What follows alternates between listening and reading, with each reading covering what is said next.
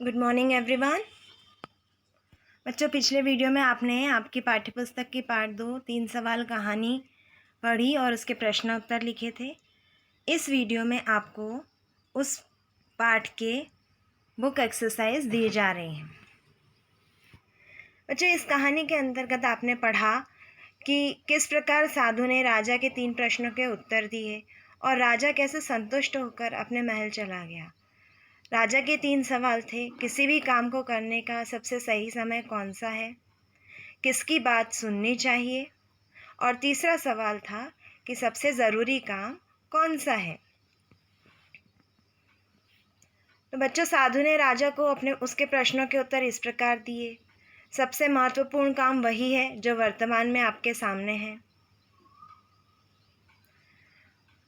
सबसे महत्वपूर्ण समय, सही समय किसी भी कार्य को करने का अभी इसी वक्त होता है, अर्थात वर्तमान समय ही सबसे सही समय है। और जो व्यक्ति उस समय आपके सामने उपस्थित हो वही व्यक्ति महत्वपूर्ण होता है और उसी की बात हमें सुननी चाहिए। परामर्श के लिए वही व्यक्ति सबसे उचित व्यक्ति होता है।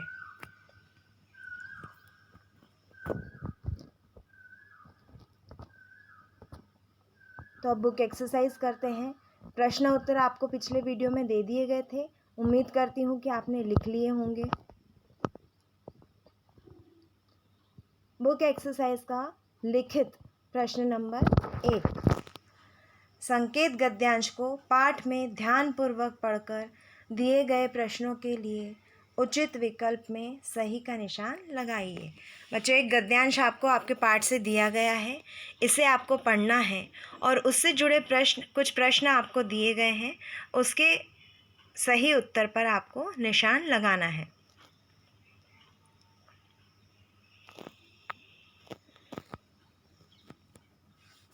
तो गद्यांश इस प्रकार है। इतना सुनकर भी साधु चुप रहे। तभी किसी के दौड़कर आने की आवाज़ सुनाई दी। साधु ने कहा, आओ देखते हैं कौन आया है। राजा ने मुड़कर देखा। एक आदमी दौड़ता हुआ वहीं आ रहा था। वह दर्द से कराह रहा था। उसके पेट से खून बहकर उसके पैरों पर गिर रहा था।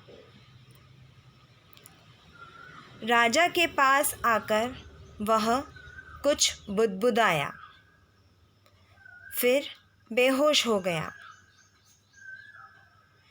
राजा और साधु ने मिलकर उसे ज़मीन पर लिटाया, उसके कपड़े ढीले किए। उसके पेट में बहुत बड़ा घाव था। राजा ने उसका घाव धोकर पट्टी की, पर वह पट्टी खून से भर गई। राजा ने फिर से खून साफ किया और दूसरी पट्टी बांधी। 2-3 बार पट्टियां बदली, तब कहीं खून बहना बंद हुआ। उस आदमी को होश आया तो उसने पानी मांगा। राजा ने ताज़ा पानी लाकर उसे पिलाया। शाम ढल आई थी। हवा ठंडी हो चली थी। बाहर लेटा हुआ आदमी ठंड से कांप उठा। राजा और साधु ने मिलकर उसे झोपड़ी के भीतर सुलाया। वह आंखें बंद किए चुपचाप बिस्तर पर लेटा रहा। यह सब करते करते राजा बहुत थक गया था। देहरी पर बैठते ही वह गहरी नींद में सो गया। अगले दिन सुबह उसकी आँख खुली तो उसे समझ न आया कि वह कहाँ है। सामने लेटा हुआ घायल आदमी कौन है। वह उसे एकटक देखता रहा। तो बच्चों, ये आपका पैराग्राफ था। इससे जुड़े प्रश्न आपको यहाँ दिए जा रहे हैं। इसके सही उत्तर पर आपको निशान लगाना है। घायल आदमी के खून कहाँ से निकल रहा था। इनके 3 ऑप्शन आपको दिए गए हैं। पहला है हाथ से, दूसरा है पैर से और तीसरा है पेट से। तो बच्चों इसका सही उत्तर है पेट से। प्रश्न 2, घायल आदमी के लिए राजा क्या लेकर आया? इस प्रश्न के भी 3 ऑप्शन आपको दिए गए हैं। पहला है ताज़ा पानी, दूसरा है शरबत, तीसरा है औषधि। तो क्या लेकर आया था राजा? ताज़ा पानी। प्रश्न 3, राजा और साधु ने मिलकर घायल आदमी को कहाँ सुलाया? इस प्रश्न के भी 3 ऑप्शन दिए गए हैं बच्चों। पहला है झोपड़ी के बाहर, दूसरा है मैदान में और तीसरा है झोपड़ी के भीतर। तो इसका सही उत्तर है झोपड़ी के भीतर।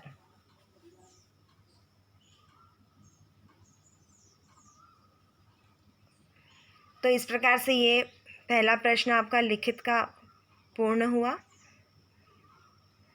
अगला प्रश्न है भाषा ज्ञान, प्रश्न नंबर 1। दिए गए अनेक शब्दों का एक शब्द से मिलान कीजिए। तो बच्चों जब आप आपकी पुस्तक में देखेंगे तो ये प्रश्न आपको दिया गया है। मैंने यहाँ सीधे उत्तर ही लिखा है, अनेक शब्दों के सामने जो उसका सही उत्तर है वही लिखा है। आप अपनी पुस्तक में इसे पूर्ण करें, कंप्लीट करें। पहला है जो तप करता हो। जो तप करता है उसे कहते हैं तपस्वी। दूसरा है जो आँखों के सामने हो। जो आँखों के सामने हो उसे एक शब्द में कहा जाता है प्रत्यक्ष। तीसरा है जो कठिनाई से मिले। जो कठिनाई से मिले उसे कहा जाता है दुर्लभ। जो सलाह देता हो, बच्चों जो हमें सलाह देता है उसे एक शब्द में कहा जाता है सलाहकार। अगला है जो अंगों की रक्षा करता हो। जो अंगों की रक्षा करता है उसे कहा जाता है अंगरक्षक यानी कि बॉडीगार्ड। जिसकी कोई तुलना ना हो। बच्चों ये यहाँ पर मिसप्रिंट हो गया है, आप इसे करेक्ट कर लीजिएगा। जिसकी कोई तुलना ना हो उसे कहा जाता है अतुलनीय।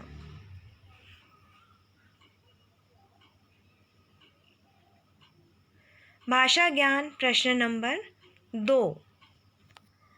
इस पाठ से लिए गए निम्न अनुच्छेद में सही जगह पर उचित विराम चिन्ह का प्रयोग करके लिखिए। तो बच्चों मैं यहाँ पर विराम चिन्ह लगाकर ये आपको दिया गया है अनुच्छेद, आप पुस्तक में से देखकर उसे कर लें। अनुच्छेद इस प्रकार है। साधु बोले, क्या तुम्हें मालूम नहीं? तुम अभी समझे नहीं। अगर कल तुम्हारे मन में मेरे लिए दया न आई होती तो तुम चले गए होते। तो साधु बोले के बाद है अर्धविराम यानी कि कॉमा, फिर डबल इन्वर्टेड स्टार्ट, फिर क्या तुम्हें मालूम नहीं के बाद प्रश्नवाचक चिन्ह, तुम अभी समझे नहीं के बाद प्रश्नवाचक चिन्ह,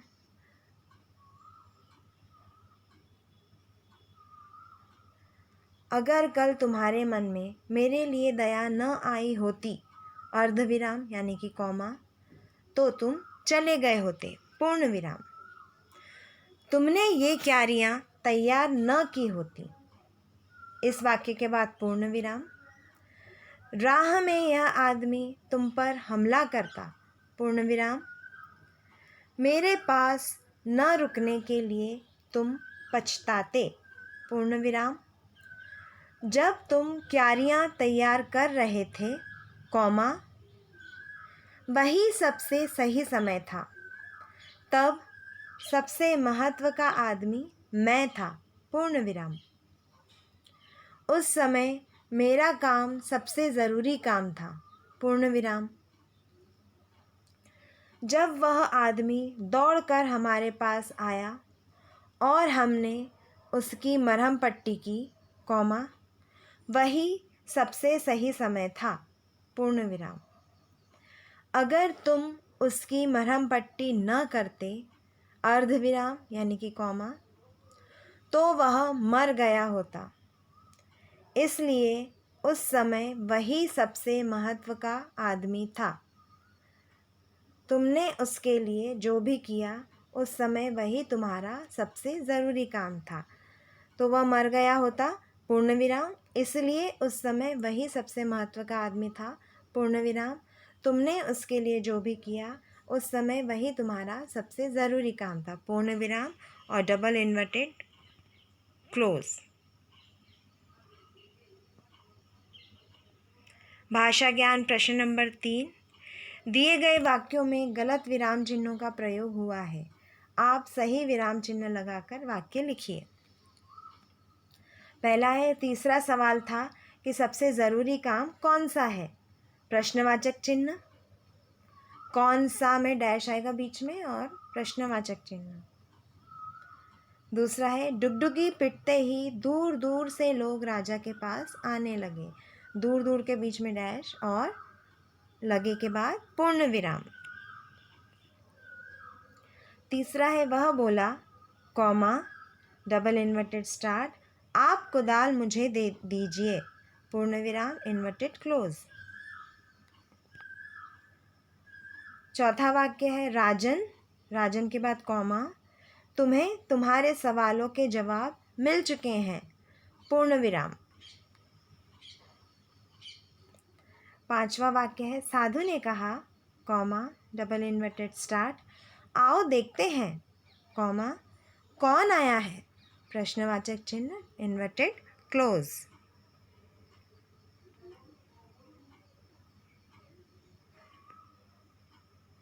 भाषा ज्ञान प्रश्न नंबर 4। दिए गए शब्दों का वाक्य प्रयोग कीजिए। तो बच्चों, कुछ शब्द आपको दिए गए हैं, उनका वाक्यों में प्रयोग करके आपको लिखना है।